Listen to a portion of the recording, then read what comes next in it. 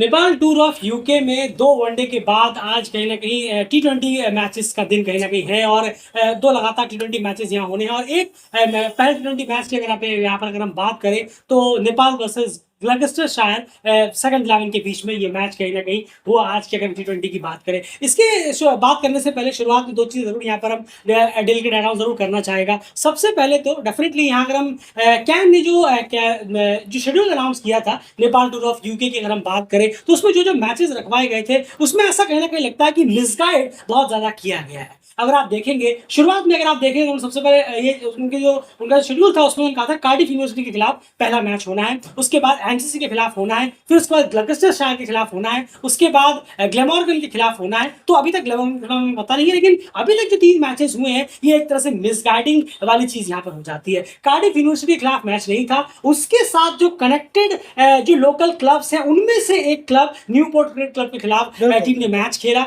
जहां पर बहुत ही वीक स्ट्रेंथ टीम उन्होंने सामने पे रख दी नेपाल के। उसके बाद हम बात करें एमसीसी की, एमसीसी ने भी अपने स्ट्रॉन्गेस्ट प्लेयर्स तो बिल्कुल नहीं बेंच किए, उन्होंने भी अपनी एक वीक प्ले स्क्वाड जो है वो परोस कर सामने रख दी। वो परफॉर्मेंस से देखिए समझ में आ जाता है। और फिर आज की अगर बात करें ग्लगस्टरशायर तो ये है भी नहीं सेकंड 11 है। सेकंड 11 इस वक्त सेकंड 11 T20 टूर्नामेंट खेल रही है। जब नेपाल बैटिंग कर रही थी, 10-15 ओवर हो गए थे, तब उनका मैच कंप्लीट हुआ था। वो वारविकशायर सेकंड 11 के खिलाफ T20 मैच उनका आज चल रहा था न्यूपोर्ट में। अगर हम बात करें तो आप बताइए, तो फिर वो सेकंड 11 कौन सी है? वहां पर स्ट्रेंथफुल है और यहाँ पर उन्होंने कुछ भी परोस दिया। सबसे इम्पोर्टेंट और कुछ प्लेयर्स के तो जो सामने वाली टीम के प्लेयर्स है उनका बॉडी लैंग्वेज देखकर लगता है अरे हाँ आउट कर लो यार, हो गया, खेल लो, डाल लो, मार लो, बॉल उठा के ले आओ। उनका बॉडी लैंग्वेज ऐसा है कि बस जल्दी खत्म करो और इनके साथ प्रैक्टिस मैच कंप्लीट करो और निकलो, जल्दी खत्म करो। कहने का मतलब ये है। तो डेफिनेटली आपने शेड्यूल में लिखा तो जो नाम चीजें थी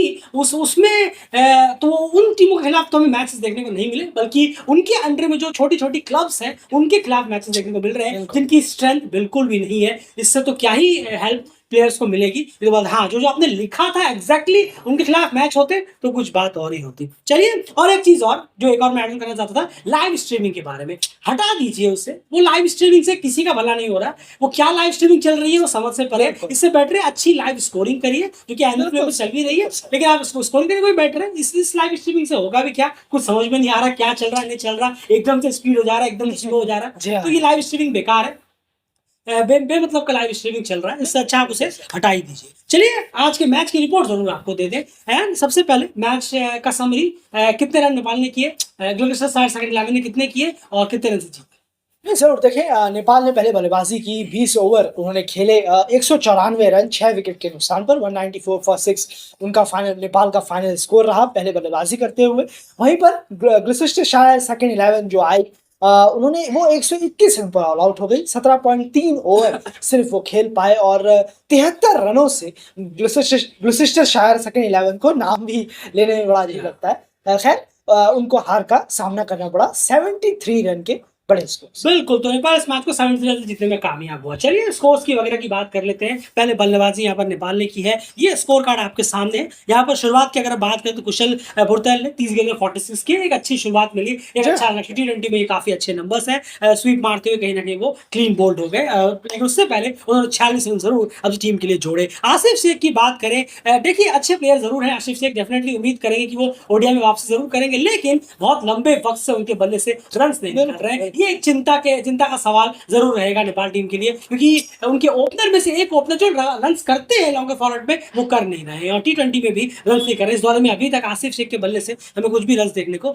मिले नहीं है। 7 रन 11 गेंदों में। अनिल शाह 29 रन 17 गेंदों में, बहुत खराब शॉट था उनका, लेकिन चलिए 29 रन उन्होंने किया। रोहित पुड़ल ने 28 गेंदों में 35 रन। दिपेंद्र सिंह ऐरी ने तेज तरह 18 गेंदों में 32 रन किए अपने अच्छे खासे स्ट्राइक रेट से। बशीर अहमद ने 6 रन। भीम ने कोई रन नहीं किया, गोल्डन डक पर आउट हुआ। और आरिफ ने 9 गेंदों में 22 रन किए। और भीम और आरिफ इस T20 में क्या कर रहे हैं वो समझ में नहीं आया, क्योंकि इन्हें तो T20 की स्क्वाड में भी नहीं होना चाहिए, क्योंकि ये T20 की टीम में डिजर्व नहीं करते। ओडीआई में बहुत अच्छे हैं, T20 में तो कुछ और प्लेयर्स यहाँ होने चाहिए। लेकिन एक मैच भी चला गया, इसमें इनको भी खिला लिया गया, ये फालतू में खेलते हुए रह गए, इनको कुछ प्रैक्टिस मिल गई, मतलब समझ से परे है। अब आप आरिफ और भीम को लेकर तो T20 क्वालिफायर में नहीं जाना चाहेंगे, कुछ और प्लेयर्स को लेकर जाना चाहिए, तो उनको प्रैक्टिस मिलती तो ज्यादा बेहतर होता। खैर, ये बल्लेबाजी का सूरत हाल कहीं ना कहीं रहा। एंड स्कोरिंग एरियाज वगैरह कौन कौन से रहे आज के दिन में, क्या पिक किए हैं नेपाल ने, अगर हम बात करें समझाने की कोशिश करेंगे। बिल्कुल देखिए, अगर हम देखें सबसे ज़्यादा रन मिड विकेट की तरफ आए हैं 36 रन, उसके बाद स्क्वायर लेग की तरफ 21, फाइन लेग की तरफ 15 और थर्ड मैन की तरफ 30 रन।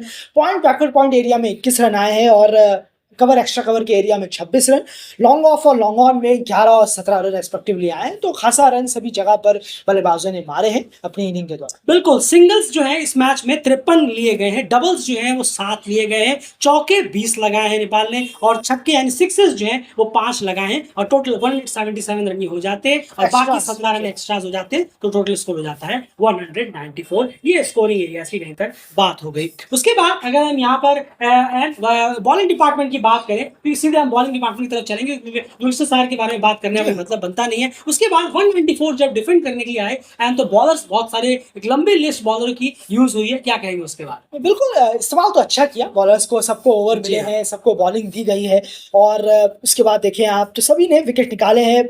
आज संदीप खेले हैं। जी हाँ, आज संदीप जरूर खेले और उन्हें 4 ओवर भी मिले, अच्छी बॉलिंग कराई। थोड़ा चलिए बेहतर है, आप ग्राउंड में आप आए, आपने थोड़ा हाथ खोला, बॉलिंग कराई, काफी टाइम से आप बैठे हुए थे, खैर अच्छी बात है। सभी बॉलर्स ने यहाँ अच्छा आउटिंग रहा सभी का, और सामने वाली टीम के जो स्कोर जो ऑल आउट हुई उससे पता चलता है कि सामने वाले बॉलर्स ने अच्छा अपना किया है।